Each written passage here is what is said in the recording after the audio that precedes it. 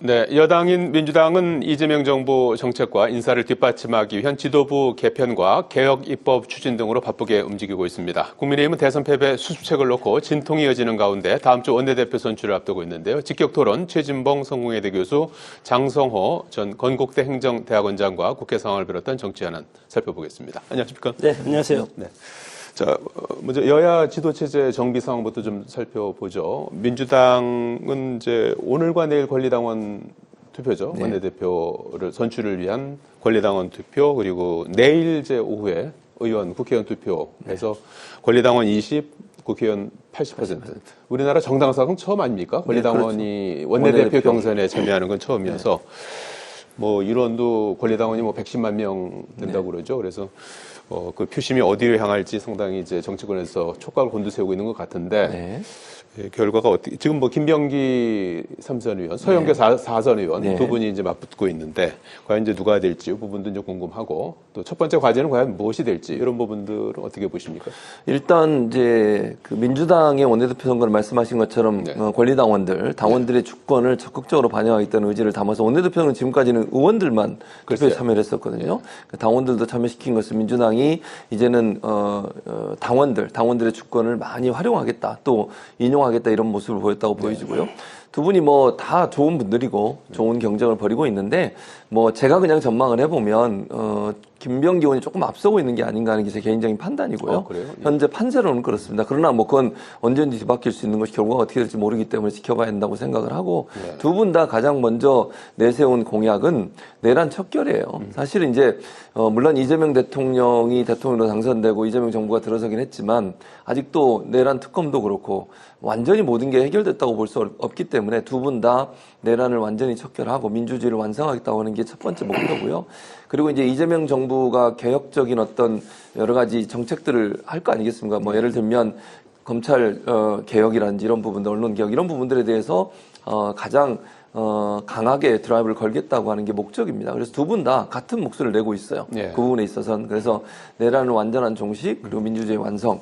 또 하나는 이재명 정부와 함께 이재명 정부 초기에 개혁적인 입법들을 차근차근 잘 추진해 나가겠다. 이게 이제 주 내용이기 때문에 누가 되든 민주당의 방향은 그쪽으로 맞춰져 있다. 이렇게 볼 수 있습니다. 차이점은 없습니까? 차이점은 제가 볼 때 크게 없는 걸로 보여져요. 그래요? 그러니까 정책적인 면에서 말씀을 드리는 겁니다. 그러니까 두 분이 물론 뭐 그 여러 가지 정치적인 부분에서 차이는 있을 수 있겠지만 앞으로 누가 원내대표가 든 민주당이 앞으로 가야 될 정책적 방향 자체는 큰 변화가 없을 것으로 예상이 됩니다. 예.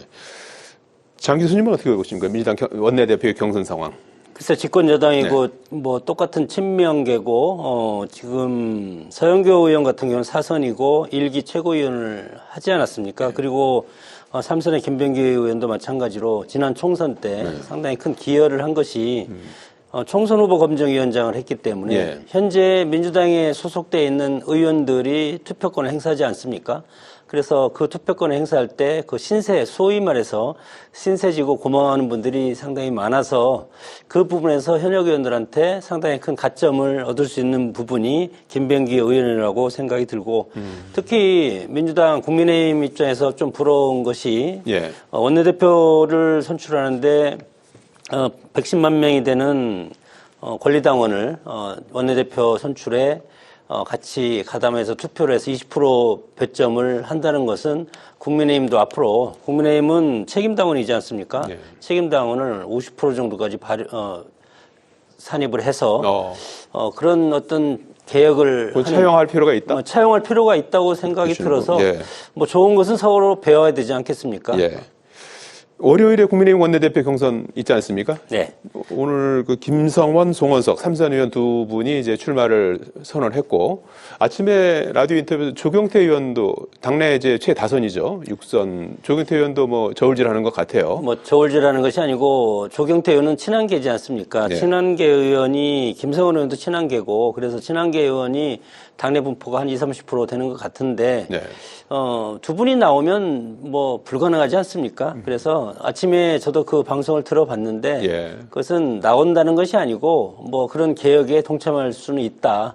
그런 선언적인 의미를 했고 친한계 입장에서는 뭐 김성원 의원이라든가 조경태 의원 둘 중에 한 분으로 후보 단일화를 할 가능성이 상당히 크고 그 나머지는 이제 송원석 의원과 현재 사무총장을 맡고 있는 박태출 의원, 이런 분들이 지금 추가 출마자가 있을 수 추가 있군요. 출마자가 있을 수가 있기 때문에, 예. 국민의힘 입장에서는 이번 원내대표가 상당히 중요한 것이, 비대위원장 임기가 30일이고, 예. 그 비대위원장을 겸직할 수도 있고, 그리고 당대표를 뽑는데 주도적인 역할을 해야 되지 않겠습니까? 그런 상황에서, 민주당도 중요하지만 집권여당으로서 국민의힘도 마찬가지로 야당의 새로운 당대표를 뽑는 중요한 포스트가 원내대표이기 때문에 예. 상당히 중요하고, 그리고 대선 패배의 정당으로서 당을 새롭게 탈바꿈하는 그 출발점에 선 원내대표는 상당히 전투력이 강하고 포용력도 있고, 그리고 미래지향적인 그런 모습의 후보가 되어야 된다고 봅니다. 어제도 의총 열려고 그러다가 40분 전에 갑자기 취소되지 않았습니까? 그래서 여전히 그 당 내부에서 이제 김용태 비대위원장 거취라든지 5대 개혁안을 놓고 이제 설왕설래가 있는 그런 상황에서 그대로 다음 주 월요일에 이제 원내대표를 뽑는다면 그럼 지금의 이런 문제들은 어떻게 해소가 되는 겁니까? 어떻게 예상하십니까? 지난 총선 그리고 탄핵 대선 패배, 예. 그렇기 때문에 국민의힘은 아직 멀었습니다. 이런 자중질환이라든가 혼란 예. 이런 것을 극복하는 시간은 상당히 앞으로 더 시간이 필요하다고 생각이 들고, 거기에다가 이재명 정부를 상대를 해야 되지 않겠습니까? 예. 그렇기 때문에 선명성 있는 제1야당의 역할을 해야 되기 때문에 그 고통 또한 상당히 크다고 생각이 들고, 그 고통이라는 것은 여러 가지가 있지 않습니까? 김용태 비대위원장이 제시한 개혁의 실현, 예. 그런 것도 있을 수가 있고, 그리고 새로운 당대표를 만드는데 개파 간의 이익이라든가 이런 걸 생각하면 당이 산으로 갈 가능성이 상당히 크다고 봅니다. 그래서 지금 현재 국민의힘에서 필요한 것은 개인적인 개파적이기를 떠나서 야당으로서의 선명성이 있고, 예. 그리고 전투력 있는 그런 지도부를 만들기 위해 모든 힘을 기울여야 된다고 생각이 듭니다. 예. 자, 새로운 원내대표가 들어오더라도 당분간 이제 당내 갈등이라든지 이런 부분들은 좀 이어질 것 같기도 하고요. 어떻게 보고 계십니까? 당연히 그럴 수밖에 없죠. 원내대표가 들어온다 하더라도 예. 누가 되느냐에 따라서 예컨대 지금 현재 후보로 거론된 분 중에 친윤이 많긴 하지만 친한계도 있고 이러면 어떤 사람이 되느냐에 따라서 기조는 계속 가지 않겠어요? 그러니까 친한계가 되지 않는 이상 친윤계에서 누군가 원내대표가 되면 지금의 이 기조가 크게 바뀌지 않을 겁니다. 예. 그럼 쇄신을 못했다고 하는 비판에 직면하게 될 것이고, 국민적 비판뿐만 아니라 당내에서도 그 부분에 대해서 문제를 제기할 겁니다. 그래서 제가 볼 때는 현재 체제가 계속 유지되는 모양새로 만약에 원내대표가 친윤 중에 누군가 된다고 하면 그거 자체가 또 다른 불씨로 남아서 네. 계속 계속 갈등의 요소로 살아있지 않을까 그런 생각이 듭니다. 네. 자, 이재명 정부 출범 후 2차 추가 경정 예산안 논의가 급물살을 타고 있습니다. 그래서 전체 규모라든지 그리고 추경 편성에 대해서는 이제 할 것 같고요. 워낙 지금 경기가 좋지 않은 상태에서 재정 투입이 필요하다 이런 데 대해서 이제 공감을 하고 있는 것 같은데, 많은 국민들이 관심 갖고 있는 부분이 이제 민생회복지원금 1인당 25만 원씩 지원하는 건데, 이거를 이제 보편으로 할 것인지 아니면 선별적으로 일부 계층에만 줄 것인지, 이 부분이 아직 결론이 안 난 것 같은데, 지금 새 원내대표 후보들은 이제 보편적으로 전 국민에게 주는 쪽에 무게를 좀 두고 있는 것 같고, 대통령실에서는 조금 고심하고 있는 것 같고 그렇습니다. 그래서 어떻게 될까요? 저는 보편적 지원으로 갈 거라고 생각합니다. 이게 선별적 지원이라고 하는 건 특정, 예를 들면 소득 분위든 이런 걸 가지고 따지는 거잖아요. 예를 들면 건강보험의 납부 비율이든 이런 걸 가지고 따지는 건데, 이렇게 되면 어딘가 허점이 생길 수밖에 없어요. 그랬을 때 불만이 또 나오지 않겠습니까? 갈등 요소가 될 수밖에 없습니다. 그러니까 계층 간의 갈등이 되거나 왜 나는 못 받지? 이런 생각이 들 수 있다는 거죠. 그랬을 때 올 수 있는 불편사항이 있기 때문에 자연스럽게 선별이 될 수 있는 방법은 뭐냐면요. 보편적으로 지원하고, 본인들이 생각할 때 난 이거 안 써도 돼. 내가 충분히 내가 버는 돈을 생활할 수 있지 않으면 안 쓰시면 돼요. 그럼 바로 국고로 반납이 됩니다. 그러니까 그건 선별이 되는 거죠, 결국은. 근데 이걸 정부가 어떤 기준을 가지고 선별을 하다 보면 차이가 생기면서 갈등이 요소가 될 수 있다고 저는 봐요. 이런 점이 저는 문제라고 보기 때문에 제 생각엔 보편적으로 지원하고, 그 선별적으로 하도록 만드는 방법은 본인들이 생각할 때 나는 이거 국고 그냥 반납해서 국고에 다시 들어가게 만들겠다고 하면 그분들은 그냥 사용 안 하시면 됩니다. 3개월 정도 기간을 두고 사용하게 돼 있거든요. 3개월 지나면 바로 남은 돈은 다 국고로 환수가 됩니다. 그렇기 때문에 전혀 문제가 안 되고요. 지원됐다고 해서 이게 사라지는 게 아니잖아요.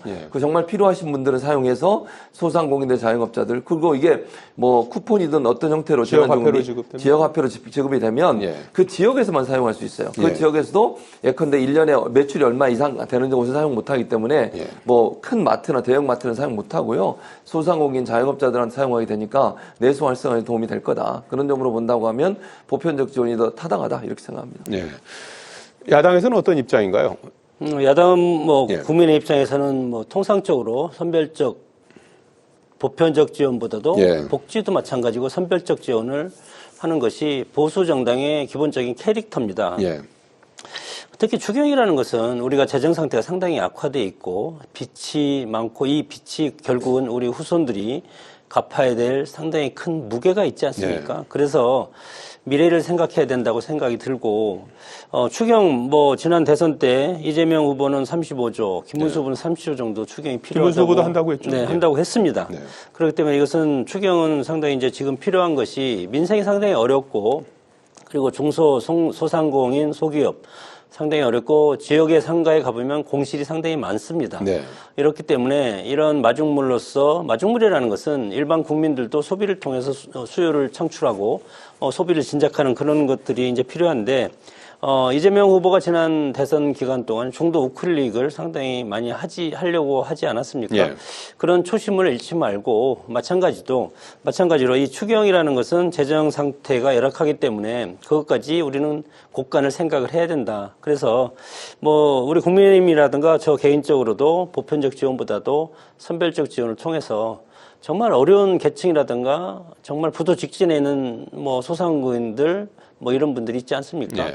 그렇기 때문에 선별적인 지원을 해서 좀 더 두툼하게 네. 줄 분은 두툼하게 주고 아닌 분들은 좀 참고 지나고 그런 것들이 저는 필요하다고 봅니다. 예, 대통령실의 마지막 고심 한번 좀 지켜보기로 하고요.